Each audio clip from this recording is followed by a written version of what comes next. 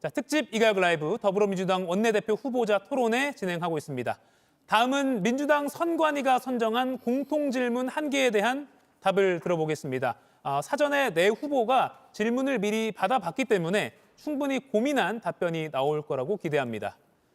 민주당 원내대표가 되면 협상의 상대는 국민의힘 송원석 원내대표가 되겠죠. 공통질문 드립니다. 국민의힘은 개헌만을 언급하고 내란에 대해서는 진정한 사과와 반성을 하지 않고 있습니다.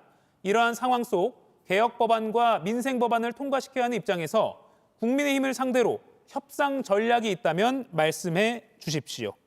이번에는 규칙에 따라서 백혜련 후보의 협상 전략부터 듣겠습니다. 주어진 시간은 2분입니다. 백 후보님 답변 주십시오. 네, 먼저 장동혁 대표가 개헌만을 언급하고 내란에 대해서 진정한 사과가 없었다는 점에서 정말 유감을 표하고 싶습니다. 협상을 해야 할 상대방으로서 정말 존중하기 어려운 태도라고 보입니다. 그럼에도 불구하고 민생을 위해서 국회의 시계는 계속 돌아가야 할 것입니다. 그래서 저는 야당과의 관계를 원칙은 분명하게, 방식은 유연하게 해야 한다고 생각합니다. 정쟁을 위한 그런 정쟁에는 단호하게 대응을 하고 또 사안별로 실용적 판단을 해서 협상하고 끈질기게 결과를 만들어내야 한다고 봅니다. 제가 국회에서 가지고 있는 기록 중에 가장 많은 소위 회의를 해서 법안을 통과시킨 경험이 있습니다. 중대재해처벌법을 제가 7번의 회의를 통해서 여야 합의로 이끌어냈습니다. 그런 경험들을 토대로 단호하게 정쟁에는 대응하겠지만 민생 법안을 통과시키는 데 있어서는 정말 치열하고 협상을 통해서 그것을 해결해 내도록 하겠습니다. 그래서 설 연휴 이전까지는 내란 청산과 3대 개혁의 큰 틀을 반드시 마무리하고 그 이후부터는 원내 운영의 중심을 지방선거와 민생, 경제로 전환하겠습니다. 민생과 경제 회복은 여당의 궁극적인 목표이며 야당의 책임 있는 협조도 필요합니다. 정치가 국민의 삶을 책임지고 있는 건 선택이나 의지가 아니라 책무입니다. 야당의 국민의 삶을 볼모로 한 정치에는 동의할 수 없습니다. 민생을 미루는 정치에 대해서는 분명한 선을 긋고 끝까지 책임을 요구하겠습니다. 그러나 협상도 최대한 철저하게 하도록 하겠습니다. 네, 다음 한병도 후보의 답변 들어보겠습니다. 2분 드립니다. 시작해 주세요. 예, 먼저 장동혁 대표의 사과는 진정성이 없습니다. 얼마 전까지만 해도 내란을 옹호하고 윤 어게인을 주장하지 않았습니까? 그런데 갑자기 사과를 한다고 합니다. 그런데 사과에서 윤석열의 내란에 대한, 윤석열과의 단절에 대한 내용이 없습니다. 그래서 저희들이 향후 내란 청산을 위한 입법 과제를 추진하면서 어떻게 나오는지 지켜보겠다는 말씀 드립니다. 협상은 투트랙으로 하겠습니다. 첫째는 내란 청산에 대해서는 타협의 여지가 없습니다. 타협하지 않겠습니다. 반드시 역사를 바로 세워서 미래 세대에 다시는 내란을 꿈도 꿀 수 없도록 이 부분에 대해서는 비타협적으로 개혁 입법들을 완수해 나가겠다는 말씀을 먼저 드립니다. 2차 종합특검법, 내란 세력에 대한 사면을 다시는 할 수 없는 사면을 금지하는 법들을 반드시 통과시키겠습니다. 이것은 국민의 뜻이고 우리 당원 동지 여러분들의 강력한 의지입니다. 통합을 위해서는 확실한 잘못된 과거의 단절이 있을 때 저는 진정한 통합이 있다고 생각을 하고 그것이 진정한 통합 정신이라고 생각하고 협상에 임하도록 하겠습니다. 민생과 경제 문제에 대해서는 논의를 하겠습니다. 머리를 맞대도록 하겠습니다. 제가 예산을 할 때 종합정책질의 소위에서 토론 시간은 충분히 보장을 했습니다. 하지만 법적 기간을 야당이 묵리를 부수면서 지키지 않았습니다. 그때 제가 발표했습니다. 원칙을 지키지 않으면 타협 없다. 법정 기간 내에 처리해야 된다. 단독 처리도 불사하겠다고 기자회견을 했습니다. 그 이후에 다행히 협상에 대해서 이재명 정부의 실질적 첫 예산이 합의 처리라는 성과가 냈습니다. 그래서 과거 내란에 대해서는 협상 없다. 민생에 대해서는 머리를 맞대되 원칙에 따라서 진행을 하겠다.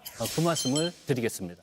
예, 국민의힘을 상대로 한 협상 전략, 민주당 선관위 선정 공통질문 답변 들어보고 있습니다. 다음은 박정 후보 역시 답변 듣도록 하겠습니다. 2분 드립니다. 시작해 주십시오. 이번 장동혁 대표에 대한 사과는 유효기간이 찍힌 사과다. 이건 전략적으로 정책적으로 이건 지방선거만을 유효기간으로 하는 사과다 이렇게 볼 수 있습니다. 진정한 사과라면 우선 조건이 이번 내란에 대한 철저한 반성 그리고 피의자 윤석열에 대한 단호한 조치 그리고 나서는 국민에 대한 진정한 사과인데 이 사과에 대한 모습은 마침 국민들이 생각하기에 옛날에 개사과가 떠오른다.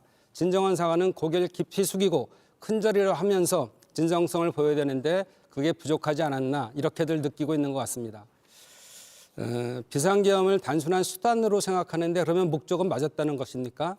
그거부터 본인이 정확한 정의를 내려야 되고 국민들이 알아들을 수 있는 진정으로 이건 맞는 사과구나 이렇게 느낄 사과가 필요하다고 생각합니다. 그래서 이런 진정성이 결여된 사과를 국민들이 받겠느냐 이런 생각인데 일단은 제 생각에는 이재명 정부의 성공을 위해서는 제가 대화를 할 것이고 또 대한민국의 성공을 위해서는 협상을 할 것입니다. 그런데 상대가 이재명 정부에 대한 탄핵을 얘기하고 또 대한민국 성공이라는 대원칙을 깨려고 한다면은 대화는 없습니다. 이 원칙이 제가 제시한 이런 원칙을 국민의힘이 받아들인다면 대화의 장은 언제든지 열려 있습니다. 제가 싸울 땐 단호하게 그리고 운영은 정교하게 할 것을 여러분들한테 말씀드리겠습니다. 우리 한병도 예결위원장 전 예결위원장님도 예결위에서의 단호함을 말씀하셨는데 저는 예산농단이라는 윤석열 씨의 얘기까지 들으면서 헌정사상 처음으로 예결위 내에서 예결안을 통과시킨 전력이 있습니다. 단호하고 정교하게 하겠습니다. 예. 마지막으로 진성준 후보의 답변 2분 듣겠습니다. 시작해 주십시오. 네, 원내대표는 당대표와는 좀 역할이 다릅니다. 같은 당인이지만 상대를 만나서 대화하고 협상하고 그래서 합의를 이끌어내야 될 책임을 갖고 있습니다. 그러니 상대 당이 제 아무리 무도하고 엉터리 같은 주장을 한다 해도 그들과 대화하지 않을 수는 없다고 생각합니다. 앞서 모든 후보님들께서 국민의힘 장동혁 대표의 쇄신안에 대해서 혹평했습니다. 저도 같은 평가를 내립니다. 그렇지만 저는 이것이 조금 더 한 발짝 진전된 것이 아닌가라고 평가하고 싶습니다. 윤 어게인 그리고 무슨 내란을 동조하고 엄호하고 했던 데에서 이제는 적어도 잘못된 수단이다라고 인정하고 사과는 하지 않았습니까?